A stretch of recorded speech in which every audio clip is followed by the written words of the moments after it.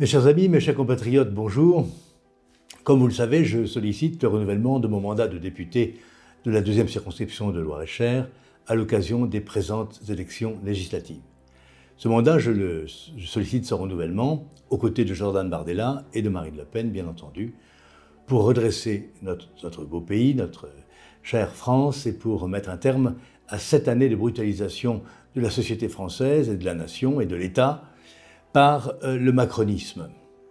Alors, je vais vous présenter un bilan d'activité, puisque depuis 2 ans, je vous représente à l'Assemblée nationale et je fais en votre nom la loi que se donnent les Français.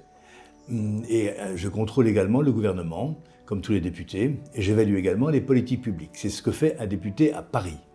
Je rappelle qu'un député est un représentant de la nation et qu'à ce titre, il siège à l'Assemblée nationale au nom du peuple français. À l'Assemblée nationale, j'étais membre de la commission des affaires culturelles et éducatives, bien entendu, et j'ai participé à ces débats. Je représentais mon groupe au sein de cette instance, de cette commission, qui est très importante, puisqu'elle s'intéresse à la question éducative, à la question culturelle, aux médias, au sport, à la reconstruction de Notre-Dame, enfin à de multiples sujets qui intéressent évidemment au premier chef nos compatriotes. Pour ceux qui veulent voir mon bilan, il est en ligne, n'est-ce pas? C'est le bilan d'activité des députés. Vous pouvez le consulter et vous verrez que je n'ai pas à en rougir, et ni vous d'ailleurs, car j'ai beaucoup œuvré à votre service et au service de la nation. Donc dans l'hémicycle et au Palais Bourbon, à Paris, à l'Assemblée nationale, j'ai déposé 10 propositions de loi, dont une a été débattue. C'est celle qui concernait le port de l'uniforme pour les écoliers et les collégiens. C'est l'uniforme, évidemment, tenue uniforme d'établissement, bien entendu. Cette proposition de loi aurait pu passer à 6 voix près, d'ailleurs. Il nous a manqué 6 LR, comme d'habitude, pour obtenir satisfaction et faire que l'uniforme soit adopté pour tous nos élèves. Donc j'ai également, évidemment, voté avec mon groupe, le groupe dirigé par Marine Le Pen, un certain nombre de lois importantes qui étaient présentées par le gouvernement souvent, qui étaient insuffisantes mais dont l'esprit nous paraissait juste, comme par exemple la loi d'orientation du ministère de l'Intérieur, qui a augmenté sensiblement les forces de l'ordre et a visé à un meilleur équipement. J'ai également voté la loi pluriannuelle de programme pour la défense nationale, puisqu'il est temps de se réarmer dans le contexte international que nous connaissons. Évidemment, je n'ai pas voté la loi de réforme des retraites, ni les autres lois de cette nature, qui sont une agression, littéralement, contre le peuple français. J'ai également interpellé le gouvernement, vous savez, les mardis et mercredis, lors des questions au gouvernement. J'ai eu l'honneur pour mon groupe de poser 6 questions sur les questions éducatives, puisque l'école, comme vous le savez, est au cœur de mes préoccupations, d'hommes publics bien sûr, mais aussi d'anciens professionnels de la maison. J'ai déposé également une question orale sans débat, donc je suis intervenu en votre nom 7 fois en 2 ans. Ça paraît peu, mais c'est beaucoup quand on sait le nombre de députés qui souhaitent prendre la parole dans l'hémicycle face au gouvernement. J'ai déposé 46 questions écrites à la demande d'associations, à la demande d'entreprises, par exemple pour protéger l'entreprise de Vernoux-en-Sologne qui fabrique des matières plastiques, n'est-ce pas, et que le gouvernement et les écologistes voulaient fermer, littéralement. D'ailleurs, cette affaire n'est pas totalement terminée, je pense qu'on en reparlera sous la prochaine législature. Donc 46 questions écrites. Alors, le gouvernement est obligé, en principe, au terme de la loi, de répondre aux questions écrites. Je dois vous dire que ce gouvernement-ci ne respecte pas correctement la réglementation et la loi, puisque je n'ai pas eu de réponse sur toutes les questions que j'ai posées. Par exemple, j'avais demandé pourquoi une présidente d'université, qui était un haut fonctionnaire, qui avait appelé à faire barrage à Marine Le Pen en 2022, n'avait pas été sanctionnée. Eh bien, figurez-vous que Mme Retailleau, évidemment, c'est un simple exemple, ne m'a jamais répondu, évidemment.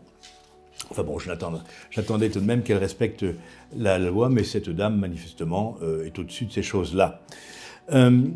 Alors, ça a été l'essentiel de mon travail à l'Assemblée nationale. C'est un travail très prenant. Vous devez savoir que les députés travaillent énormément, contrairement à ce que racontent les gens qui font profession d'antiparlementarisme. Quand nous ne sommes pas dans l'hémicycle, nous sommes en commission ou au sein de groupes d'études ou de groupes d'amitié. Je présidais le groupe d'études sur la francophonie, par exemple. Et j'ai participé à des groupes d'amitié avec l'Allemagne, avec Israël, bien sûr, avec Cuba, ça peut vous surprendre, mais j'étais aussi dans ce groupe d'amitié. J'ajoute pour l'Assemblée nationale que j'étais secrétaire de l'Assemblée parlementaire franco-allemande, puisque mon groupe politique m'a désigné pour cette fonction. Il s'agit d'une assemblée parlementaire unique au monde, puisque 100 députés français et 100 députés allemands se réunissent 2 fois par an pour élaborer des projets législatifs communs qui sont ensuite proposés aux 2 gouvernements, des projets de coopération industrielle, de coopération administrative, économique, fiscale, policière. Donc c'est un travail intéressant que j'ai fait bien sûr avec plaisir, puisque, comme vous le savez peut-être, je suis germaniste de formation. Voici donc pour le Parlement, pour l'Assemblée nationale. Que fait un député en circonscription? En circonscription, je le rappelle, un député n'a pas d'argent, il n'a pas de pouvoir. Et je ne peux pas distribuer des subventions, aider une association. L'époque où nous disposions d'une enveloppe destinée à ce genre d'activité est révolue. Les députés n'ont pas les moyens d'agir directement. Par contre, ils ont les moyens d'influencer, de défendre des dossiers, de poser des questions aux autorités locales, y compris au préfet, bien sûr. Donc j'ai fait de nombreuses interventions avec ma collaboratrice, Cécile Gonzalez. Nous sommes intervenus plusieurs dizaines de fois pour des dossiers de nature sociale, si vous voulez, pour aider notamment nos compatriotes qui sont totalement perdus dans l'administration, laquelle parfois ne fait pas beaucoup d'efforts pour se mettre à la portée de nos concitoyens. J'ai fait beaucoup de représentations.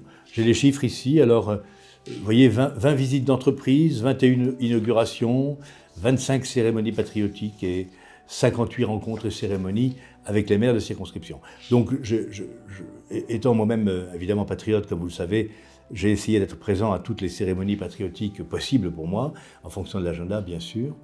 J'ai rencontré les maires, tous ceux qui voulaient bien me recevoir.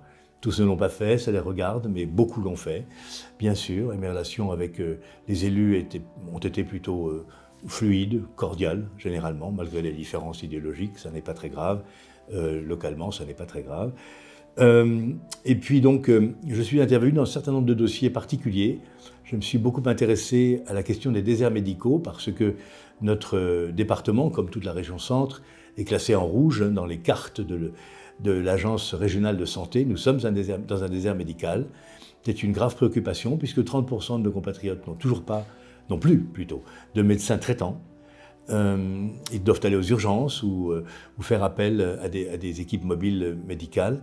Ceci n'est pas satisfaisant étant donné que, comme vous le savez bien sûr, dans notre département, la population vieillit et une très grosse proportion de Loir-et-Chériens a plus de 75 ans ou plus de 80 ans et est atteint de maladies chroniques. Donc c'est extrêmement, préoccupant que nous ne puissions pas avoir suffisamment de médecins. Je me suis engagé dans ce dossier autant que je l'ai pu, bien sûr, pour faire avancer les choses.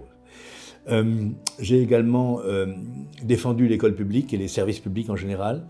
Vous savez qu'en 2 ans, tout de même, le gouvernement a réussi à fermer 44 postes en 2 ans, en 2 années scolaires, dans notre beau département, dont beaucoup dans la circonscription de Romorantin. Donc j'ai fait les courriers qui devaient être faits en direction du recteur d'académie, en direction de la directrice académique des services de l'éducation nationale à Blois. Bon, je ne sais pas si cela a eu beaucoup d'effets, mais je pense quand même avoir arrangé quelques situations. Mais évidemment, je proteste énergiquement contre le mal qui est fait à l'école rurale et aux services publics en milieu rural. Et j'entends bien entendu, si nous revenons aux affaires, mettre un terme à ces fermetures qui désorganisent complètement la vie des gens et surtout qui affaiblissent et appauvrissent les villages qui en sont l'objet. Je suis chasseur, vous le savez, j'ai toujours été. Je défends tous les modes de chasse, donc j'ai voté la loi contre l'engrillagement de la Sologne, bien sûr, qui est en cours d'application. Pas très facilement, mais enfin, elle est en cours d'application, elle est pas mal. Je m'intéresse aussi au tissu économique, c'est-à-dire que quand j'ai visité de grandes entreprises de la circonscription, et j'ai assuré les directeurs ou les présidents de ces entreprises de mon appui, pas seulement les grandes d'ailleurs. Parfois, il s'agissait d'entreprises de taille moyenne, voire modeste, dont les productions sont indispensables, par exemple à l'industrie aéronautique ou à l'industrie de défense. Donc voici mon activité en résumé, bien entendu. Si vous voulez, pour le dire d'un mot, j'ai considéré que ma mission était double. Représenter les Loir-et-Chériens de la 2e circonscription, les défendre, et puis, en leur nom et au nom du peuple français en général, faire les lois, voter les lois utiles à la nation, m'opposer aux lois nuisibles à la nation, et déposer des propositions de loi qui fassent avancer les choses en attendant que, grâce à votre vote de dimanche 30 et de dimanche 7 juillet, nous puissions arriver aux affaires et entamer le redressement de notre cher pays. Je vous remercie.